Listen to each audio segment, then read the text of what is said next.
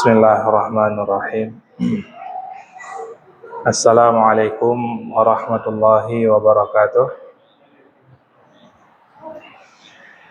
Alhamdulillah, wassalatu wassalamu ala rasulillah. Asyhadu an la ilaha illallah wahdahu la syarikalah, wa asyhadu anna Muhammadan abduhu wa rasuluhu la nabiyya ba'dah. Rabbi syrah li sadri wa yassir li amri wa hlul 'uqdatam min lisani yafqahu qawli, amma ba'd. Mari kita awali kajian Sirah Nabawi kita malam hari ini dengan baca Al-Basmalah. Bismillahirrahmanirrahim. Alhamdulillah, pada pertemuan sebelumnya kita sudah sampai pada kisah sahabat mulia Abu Ayyub Al-Ansari. Kita sudah sampai di akhir, di penghujung dari kisah beliau, yang mana terakhir kemarin kita bahas sedikit tentang hadisul ifki atau tuduhan atau fitnah yang dilontarkan oleh orang-orang munafik ketika selesai pulang gitu dalam perjalanan pulang setelah peperangan Bani Mustalik. Kejadiannya di tahun 5 Hijriah, di mana Aisyah dituduh oleh Abdullah bin Ubay bin Salul melakukan zina dengan salah seorang sahabat mulia, yang mana tugasnya bagian sapu jagat atau barisan belakang gitu. Jadi pasukan muslimin bagian bersih-bersih gitu ya, bagian pengecekan, kontrol. Sehingga tuduhan keji ini awalnya biasa, hanya menjadi bahan diskusi antara orang-orang munafik, Abdullah bin Ubay bin Salul dengan orang-orang munafik lainnya.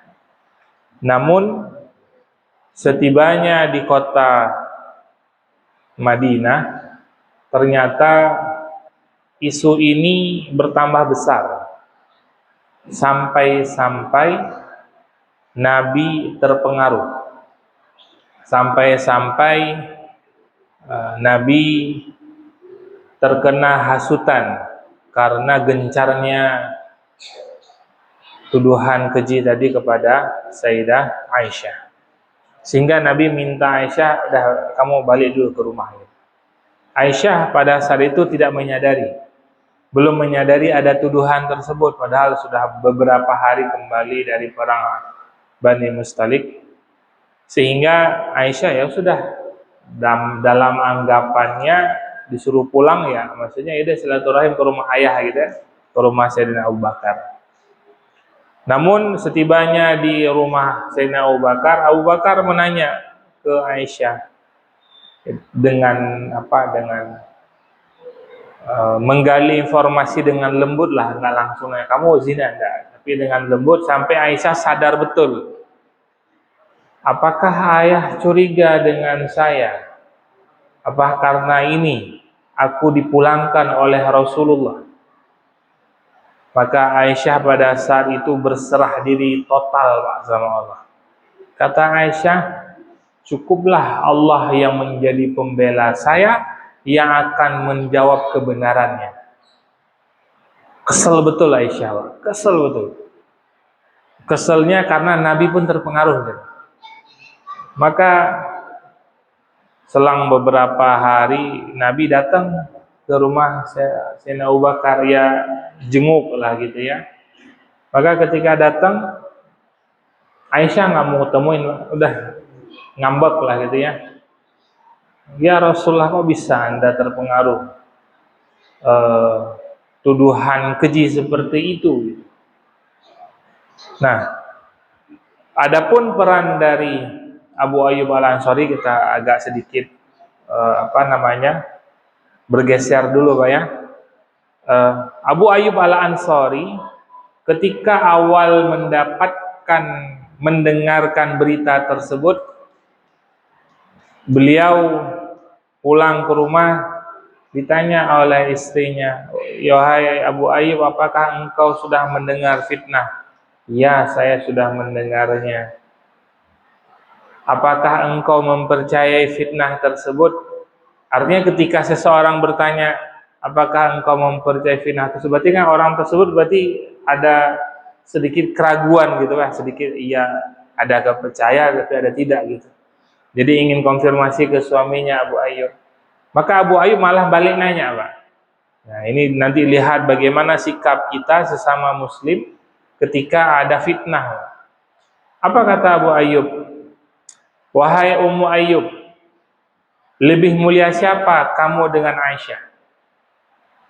"Jauh, pastinya Aisyah lebih mulia," kata Ummu Ayyub. "Baik, kalau begitu saya tanya lagi, apakah engkau akan melakukan perbuatan keji tersebut apabila engkau berada pada posisi Aisyah?" Maka Ummu Ayyub menjawab, "Tidak mungkin aku melakukan perbuatan keji tersebut." Maka Abu Ayyub mengatakan, "Kalau kamu yang tidak lebih mulia dari Aisyah tidak mau melakukannya, apalagi Aisyah."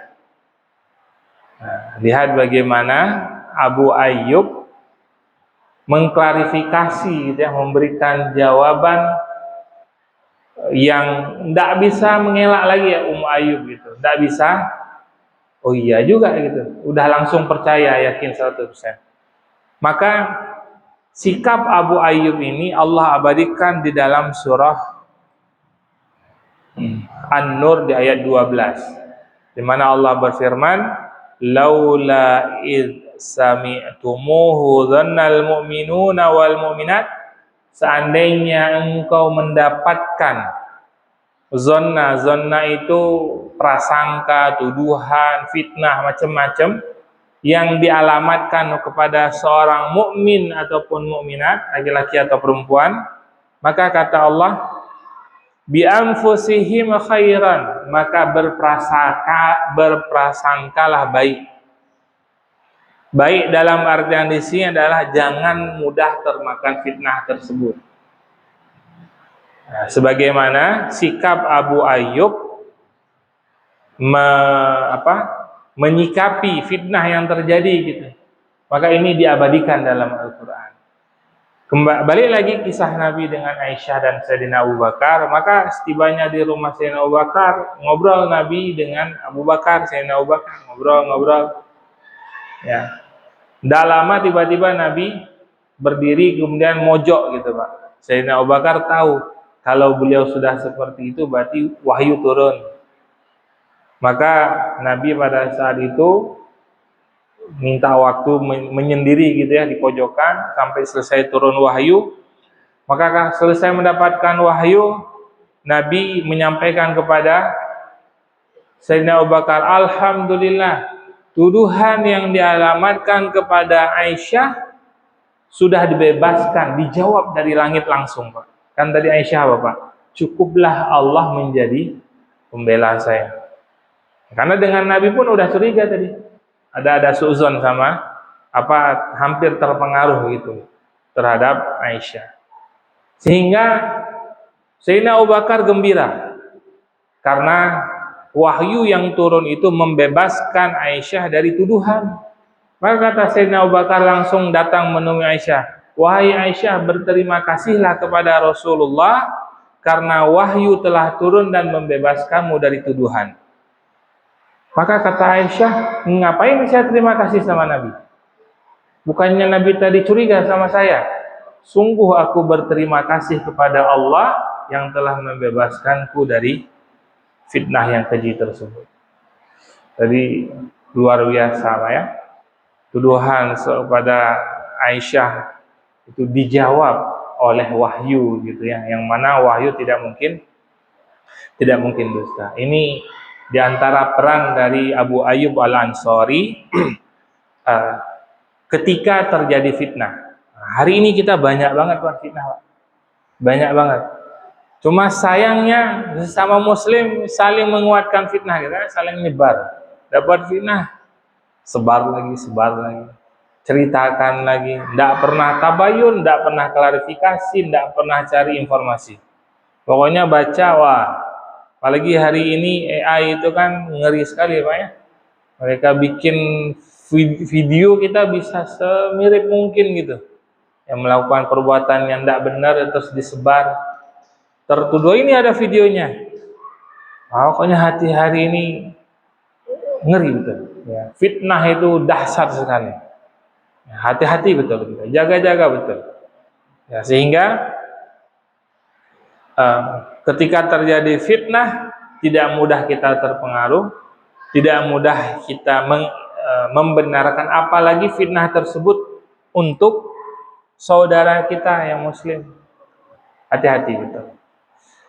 Kemudian kisah berikutnya jihadnya Abu Ayyub di jalan Allah. Abu Ayyub ini beliau ngikut perang bersama Nabi dari awal sampai akhir. Hadir dalam setiap peperangan. Maka setelah Nabi meninggal, wafat, beliau terus melanjutkan kiprah beliau dalam jihad. Ya, tidak pernah ingin ketinggalan. Ada satu ungkap atau sabda Nabi yang dipegang teguh. Abu Ayyub termasuk sahabat yang Allah panjangkan umurnya, Pak. Ya, umurnya itu hampir 180 atau berapa puluh. Panjang pokoknya umurnya. Panjang umur beliau. Ya, karena beliau nanti wafat pada masa pemerintahan Muawiyah I gitu ya. Sudah masuk Bani Umayyah. Maka motivasi hadis yang dipegang oleh Abu Ayyub diantaranya adalah qaulu Rasul, sabda Nabi, la tuftahannal Konstantiniyah. Ya, sungguh Konstantinopel itu akan dibebaskan. Wala ni'mal amiru amiruha. Adapun sebaik-baik pemimpin adalah pemimpinnya. Artinya pemimpin yang membebaskan Konstantinopel. Wala ni'mal jaisyu dzalikal jais. Dan sebaik-baik pasukan adalah pasukannya yang ikut hadir. Makanya maka nubuwah ini, tanda kenal atau isyarat yang Nabi sampaikan ini tidak mungkin dusta, pasti akan terjadi. Maka pada tahun 669 Hijriah, Muawiyah memerintahkan putranya Yazid bin Muawiyah untuk membebaskan Konstantinopel. Kalau sekarang apa namanya? Turki ya. Istanbul ya, Islambul gitu kan namanya. Ya. Bizantium, kekuasaan Bizantium di Konstantinopel. Maka di tahun 669 Hijriah tersebut, Abu Ayyub Al-Ansari ketika mendengar bahwa Muawiyah I mengutus Yazid putranya untuk membebaskan Konstantinopel, beliau ikut hadir. Beliau ikut, saya ikutan. Karena isyarat Nabi tadi, sebaik-baik pemimpin adalah pemimpinnya, dan sebaik-baik pasukan adalah pasukannya. Maka sahabat-sahabat itu lomba-lomba ingin ikutan dalam mengambil bagian untuk membebaskan Konstantinopel. Maka berangkatlah. Konstantinopel bukan sekali dua kali diserang, Pak, berulang kali. Ya, oleh kaum pasukan muslimin itu sudah dikepung, tidak bisa bebas juga. Udah coba diserang, tidak bisa tembus juga. Karena secara struktur ini tempatnya strategis banget bentengnya. Ya. Sebelah kirinya ada laut. Kemudian di antara laut itu mereka punya golden horn gitu ya. Tanduk emas. Tanduk emas itu apa? Rantai, Pak. Ketika rantai itu diangkat, maka kapal sebesar apapun tidak bisa lewat. Nah, mereka bikin, kalau kayak sekarang ini Selat Hormuz tuh ya, Dikasih barometer ya, ini jarak jangkauan rudal kami, jangan dekat-dekat. Nah, kurang lebih begitu. Kan masa itu belum ada rudal gitu ya. Ini pakai rantai gitu. Sehingga kalau itu tidak bisa masuk, tidak bisa diserang bentengnya. Belum lagi bentengnya itu punya ketebalan yang cukup tebal. Tebal sekali bentengnya. Jadi benar-benar tangguh. Sehingga berulang kali pasukan muslimin menyerang, dikepung gitu ya, tapi tidak bisa juga tembus. Nah, sampai pada saat Yazid dengan pasukannya dan juga bersama dengan Muawiyah ikut gitu. Ikut dalam pengepungan benteng Konstantinopel ini. Maka setelah benteng ini dikepung dan kaum muslimin besok paginya pingin nyerang benteng itu. Yazid mendapati kabar Abu Ayyub sakit. Maka beliau mendatangi ke tendanya Abu Ayyub. Gimana kabarnya wahai sahabat Rasulullah? Saya sedang kurang sehat. Kalau pasukanmu besok menyerang dan aku mati malam ini, tolong bawa jenazahku dan kuburkan jenazahku di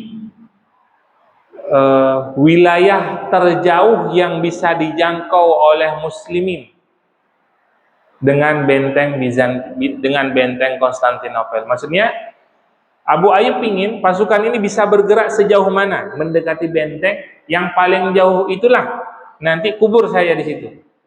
Kan saya udah mati nih, kalau mati tinggal tolong bawa ke sana.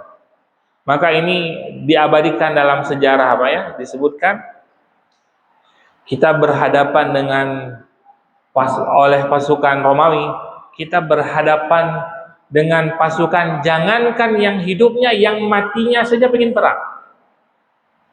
Bayang apa? Yang matinya saja pengen perang. Maka ada poin besar di sini, Pak. Bagaimana Abu Ayyub itu, beliau ketika memenuhi panggilan Allah dalam melaksanakan jihadnya, dia tidak peduli berapa umurnya, dia tidak peduli berapa usianya, kondisi kesehatannya. Udah ada panggilan dah, maju aja. Ya. Maka banyak mengabadikan, menyebutkan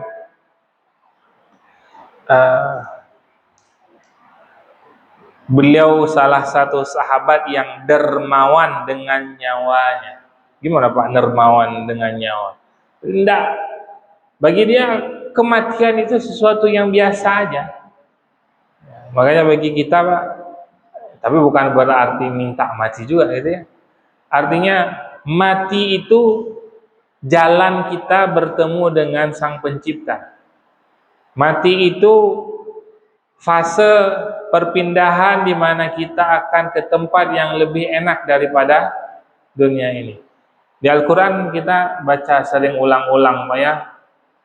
Tidak ada satupun yang berbicara tentang bahwa dunia itu enak gitu. Semua ayat Al-Quran menyebutkan dunia itu mataul ghurur, kesenangan yang menipu, la'bun walahun gitu. Main-main aja. Tidak ada satupun ayat. Tapi Allah menyebutkan wal akhiratu khairul laka minal ula. Akhirat itu jauh lebih utama. Maka kadang mindset kita masih sangat terbatas memahami bagaimana indahnya akhirat, sehingga ketika bicara tentang kematian takut gitu ya. Kadang-kadang orang udah bilangnya amit-amit kalau mati gitu ya. Padahal kita itulah yang kita tabung hari ini, ibadah ke masjid, puasa, amal soleh, lain sebagainya, hadir majelis ilmu ya. Itu semua bekal yang ingin kita bawa nanti ke menuju akhirat. Kemudian Abu Ayyub jihad di jalan Allah tersebut Dan akhirnya beliau wafat dan beliau dimakamkan ya di depan benteng Konstantinopel. Ada yang menyebutkan makam beliau itu di reruntuhan benteng. Sampai dikatakan orang Romawi tahu ada kubur di situ, tapi disampaikan oleh kaum muslimin, jangan kau gali sumur itu, jangan kau gali kuburan itu. Sekali engkau menggali kuburan itu, maka sungguh tidak akan lagi terdengar lonceng di Romawi. Lonceng misalnya gereja mereka kan kalau manggil azan mereka gimana? Bunyi lonceng gitu ya. Enggak, kalau kalian gali itu kubur, lonceng nggak bunyi lagi di Romawi. Di Konstantinopel itu akan hilang suara lonceng. Artinya Nasrani itu habis semuanya. Dan benar kuburan beliau tidak digali, nggak dirusak. Nanti setelah Muhammad Al-Fatih, kan jauh ke sana Pak ya, Muhammad sekian ratus tahun, baru nanti pada masa Turki Utsmani, Muhammad Al-Fatih di usianya 21 tahun dengan pengawalan gurunya Ak Syamsuddin, guru yang mengajarkan tentang banyak hal kita, termasuk dalam mengambil keputusan-keputusan. Muhammad Al-Fatih konsultasinya dengan gurunya Ak Syamsuddin. Nah, nanti kuburan Abu Ayyub Al-Ansari itu diketemukan oleh Ak Syamsuddin. Setelah diketemukan, kemudian diperbaiki, dan di dekat kuburannya beliau dibangun masjid yang hari ini masih berdiri tegak, Masjid Abu Ayyub Al-Ansari. Itu bersebelahan dekat dengan benteng Konstantinopel. Kalau nanti suatu hari kita punya kesempatan pergi ke Turki, ya kita bisa lihatlah. Ya, di sana ada kuburan. Sempatkan datang ke sana, Pak. Jangan hanya ke Hagia Sophia gitu ya. Ya, ke Hagia Sophia ya penting datang dengan kisah besarnya. Tapi ke makamnya Abu Ayyub penting juga kita hadir, bertemu dengan sahabat langsung. Ya, orang yang rumahnya ditempati oleh Rasulullah, punya keluarga dekat, punya hubungan nasab dekat dengan Nabi lewat jalur ibu. Maka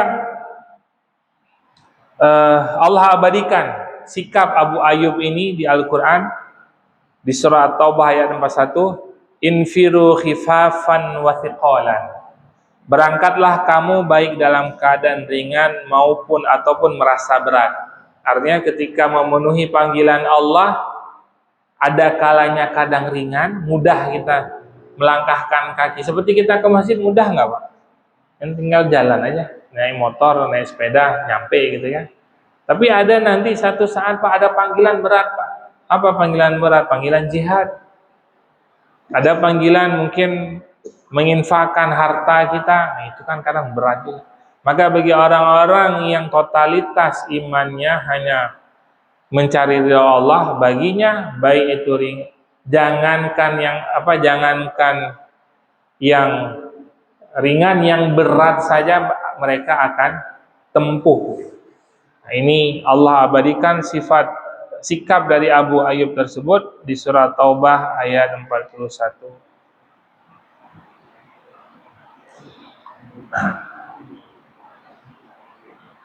Demikianlah kisah dari Abu Ayyub Al-Ansari rahimahullah. Berikutnya kita masuk kisah sahabat mulia Zaid bin Arqam. Ya, Zaid bin Arqam diabadikan oleh Rasulullah. Nabi mengatakan, menyematkan bagi beliau, innallaha qad saddaqaka ya Zaid. Sesungguhnya Allah telah mempercayaimu wahai Zaid. Kita dipercaya sama orang saja senang Pak ya. Ini yang mempercayainya langsung Allah. Allah yang membenarkan gitu ya. Allah yang langsung menyebutkan tentang benar atau jujurnya sikap dari Zaid bin Arqam. Maka kisah Zaid bin Arqam ini kita akan mengulang sedikit nanti Pak, kisah Madinah sebelum datangnya Islam. Bukan hanya sebelum, ya, kisah awal Madinah gitu ya. Kisah awalnya Madinah. Kita nanti akan balik ke sana sedikit. Namun singkatnya, Zaid bin Arqam ini adalah anak yatim. Ayahnya mati ketika terjadi konflik antara dua suku yang ada di Madinah, itu suku Khazraj dengan Aus, kan itu sering konflik. Jadi Madinah itu awalnya yang menempatinya adalah penduduk Arab. Kemudian mereka menempati, kan Madinah namanya dulu Yasrib, ya. Orang Arab menjadikan Yasrib itu sebagai tempat untuk berkebun kurma. Dan sampai hari ini kita tahu kurma yang paling bagus kualitasnya itu ada di Madinah. Ya, termasuk pada masa Nabi nanti kebun-kebun kurma pilihan itu adanya di Madinah. Dan bahwa isyarat kenabian pun di dalam kitab Taurat disebutkan bahwa nanti Nabi akhir zaman itu akan menempati wilayah, dia akan berhijrah ke tempat yang dipenuhi, dikelilingi oleh pohon kurma. Baratnya itu banyak batu-batu tajam, sebelah timurnya itu dipenuhi oleh pohon kurma. Makanya ketika nyerang Madinah itu kan tidak bisa lewat belakang, karena nggak ada jalan, lewat kanan kirinya itu nggak bisa Pak. Kanannya itu ada batu pecadas atau apa namanya, jadi kuda nggak bisa lewat. Terus sebelah kirinya kebun-kebun kurma padat, susah nyerang. Makanya pas waktu nyerang Madinah, makanya Nabi ketika bikin Khandaq, waktu perang Khandaq, ya tinggal tarik garisnya kiri ke kanan gitu, udah nggak bisa masuk orang. Jalur satu-satunya masuk lewat Bani Quraidah belakang sana. Nah, itulah yang pengkhianat nanti yang dibantai sebanyak 600 apa 700 laki-lakinya yang sudah balik. Bunuh semuanya, dipenggal. Karena pengkhianatan mereka. Nah, baik, balik lagi, maka Arab itu kan dulu menempati daerah Yasrib. Kemudian orang Yahudi tahu persis kabar tentang kenabian akhir zaman, sehingga mereka mulai eksodus gitu ya. Memang mereka ketika Nabi sudah nggak ada sama mereka, itu mereka merosot. Mereka ketika bersama Nabi, Allah muliakan, ditaikin. Ketika sudah naik, nabinya dibunuh. Ya, nabinya diusir, nabinya macam-macam lah. Oh iya, kelakuannya orang Yahudi. Sehingga pada saat mereka sudah nggak ada nabi yang bersama mereka, mereka tahu Taurat menyebutkan bahwa nabi akhir zaman akan hijrah ke Madinah, maka mereka menempati kawasan itu. Nah, ketika mereka menempati kawasan Yasrib dan sekitarnya, ya mereka berbaur dengan orang Arab sampai akhirnya datang suku dari Khazraj dan juga Aus. Nah, orang Arab menerima baik kedatangan suku Khazraj dan Aus tadi, sehingga orang Yahudi pun tidak bisa ngapa-ngapain gitu, nggak bisa ngusir mereka, sehingga tinggallah suku Aus dan Khazraj di Madinah, di Yasrib. Karena posisi Yahudi bagi mereka ini susah nih kalau ada suku ini tuh. Ya, sedangkan orang Arab menerima kedatangan mereka, maka cara mereka gimana Pak? Mereka bagi Pak. Jadi Yahudi itu berteman dengan Aus, Yahudi berteman dengan Khazraj. Apa yang mereka lakukan? Hasud. Hasud ya Aus, hasud Khazraj. Nanti kan perang. Yahudi ikutan perang nggak Pak? Nggak ikutan. Mereka nyiapin senjatanya, mereka support. Seperti yang hari ini kita lihat, begitulah Pak. Seperti yang hari ini kita lihat, kelakuannya memang tidak aneh, memang dari zaman nenek moyangnya mereka begitu. Cara mereka apa? Hasud orang, ketika mereka terjepit, mana ini hak asasi manusia? kelakuan mereka terhadap Palestina kayak buta matanya, tidak lihat mereka. Ya. Memang kelakuan mereka begitu, Pak.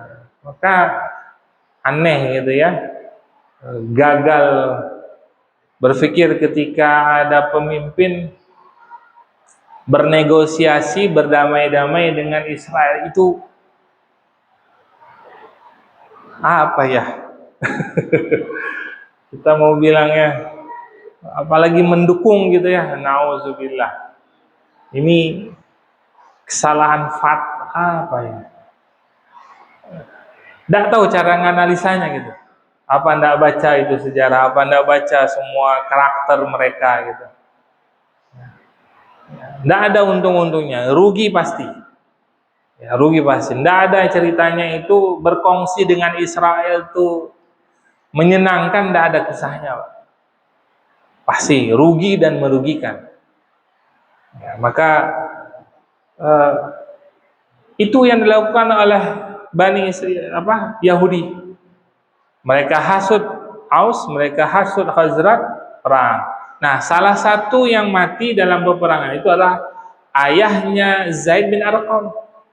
Jadi Zaid bin Arqam dari kecil ayahnya mati, ibunya mati karena perang saudara tadi itu. Nanti kan singkat ceritanya, Aus dengan Khazraj itu tidak lagi berperang kapan? Sejak Nabi hijrah ke Madinah, Nabi mempersaudarakan semuanya. Disitulah nanti Aus dengan Khazraj menjadi satu kekuatan besar bagi Nabi yang mendukung beliau dalam dakwah. Dan setelah itu udah nggak ada perang-perang lagi. Maksudnya tidak ada lagi selisih antara Aus dengan Khazraj. Makanya orang Yahudi benci betul gitu dengan Nabi ketika datang mempersaudarakan mereka. Maka Zaid bin Arqam kecil tadi ini, anak yatim, diambil, diasuh, dibesarkan oleh Abdullah bin Rawaha. Masih ingat nggak Abdullah bin Rawaha? Nama banyak nih. Abdullah bin Rawaha ini salah satu pemimpin dalam perang Mu'tah. Yang 3 pemimpin, Pak, yang Nabi tunjuk. Pemimpin pertama Ja'far bin Abi Thalib. Kalau Ja'far syahid, ganti dengan Zaid bin Harisah. Itu kan Ja'far ini sepupu Nabi. Ya, kemudian Zaid bin Harisah ini anak angkat Nabi. Kalau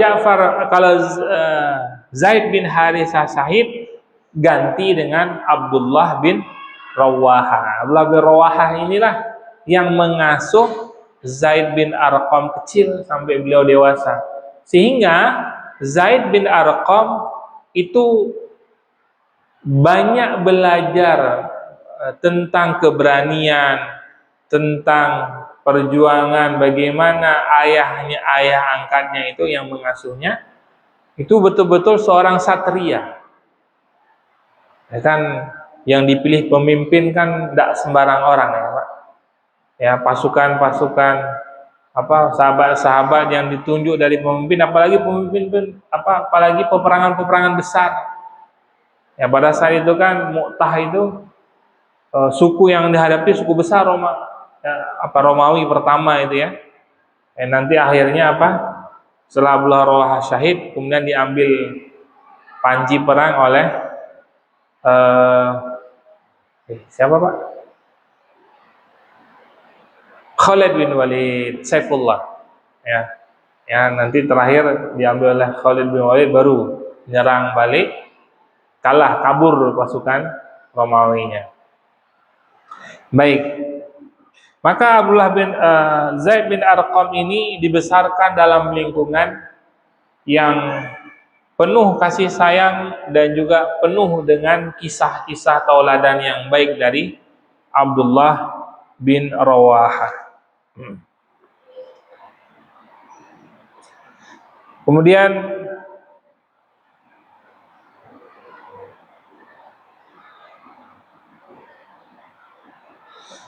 Abdullah bin Rawaha kita juga, beliau terkenal dengan salah seorang penyair. Nabi itu punya 3 penyair, Pak. Ada 3 sahabat yang penyair masa itu, kalau hari ini itu sama kayak medsos atau TV. Bukan TV, apa ya? Pusat informasi gitu, Pak. Kalau kita pengen info media ya. Media kalau kita pengen menyebarkan satu informasi, cara paling mudah apa? Dibuat syair. Orang Quraisy, kafir Quraisy, mereka punya penyair tuh yang menghina Nabi, sampai Nabi dikatakan dukun, Nabi dikatakan macam-macam lah ya. Maka Nabi balas gitu ya, bukan Nabi balas, Nabi counter syair mereka dengan syair. Karena salah satu kesenangan orang Arab itu apa? Bersyair. Bagi mereka itu syair sebuah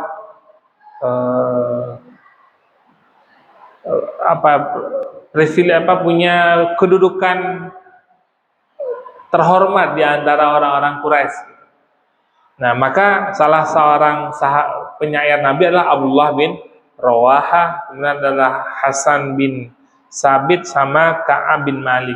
3 orang sahabat yang Nabi sering meminta mereka untuk mengcounter gitu ya, untuk melawan syair-syair fitnah dari Quraisy.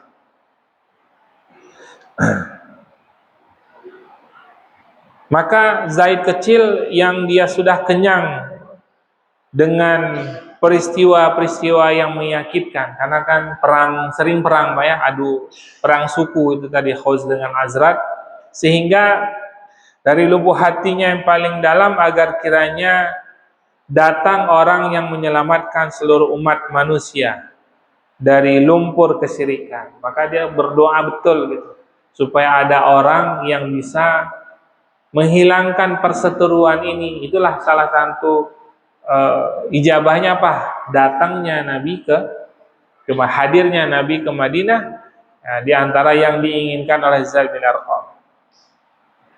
Kemudian ketika penduduk Madinah telah mendapat kabar bahwa di Mekah itu sudah ada Nabi, maka mereka berangkat haji, Pak ya. Haji tapi masih zaman jahiliyah. Zaman jahiliyah gimana, Pak?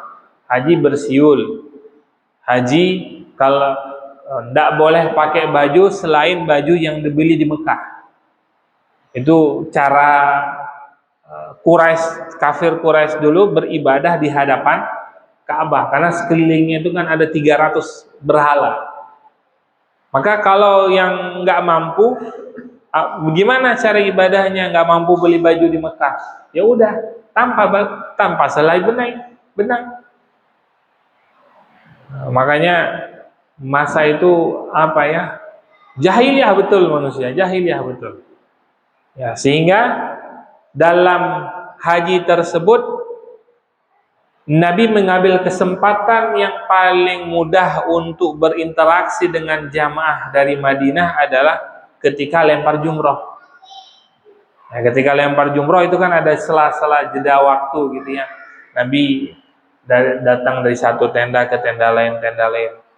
Sehingga penduduk Madinah yang telah mendapatkan kabar tentang kenabian, melihat ada orang yang berdakwah, mereka dengar, Pak. Dan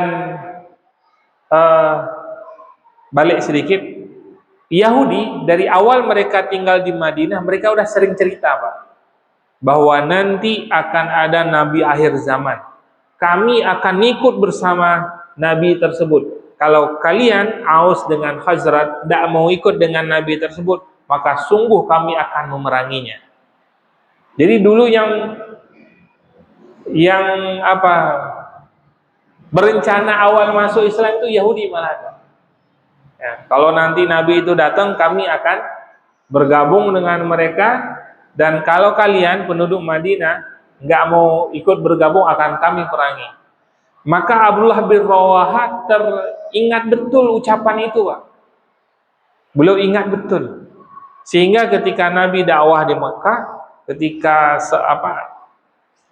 masa jumrah tadi, maka bagi Abdullah bin Rawahah mudah menerima kenabian, risalah kenabian dari Nabi. Karena memang kisah itu sudah sering diceritakan oleh Yahudi.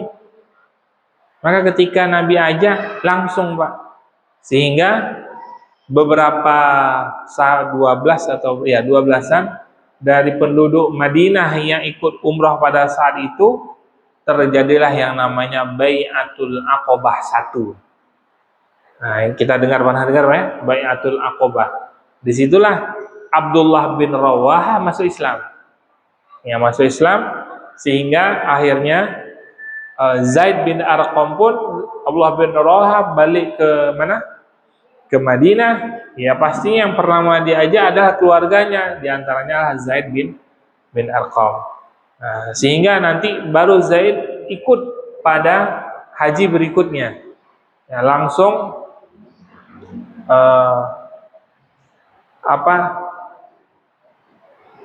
beliau mendapatkan, bertemu langsung dengan Rasulullah. Kisah beliau masih panjang.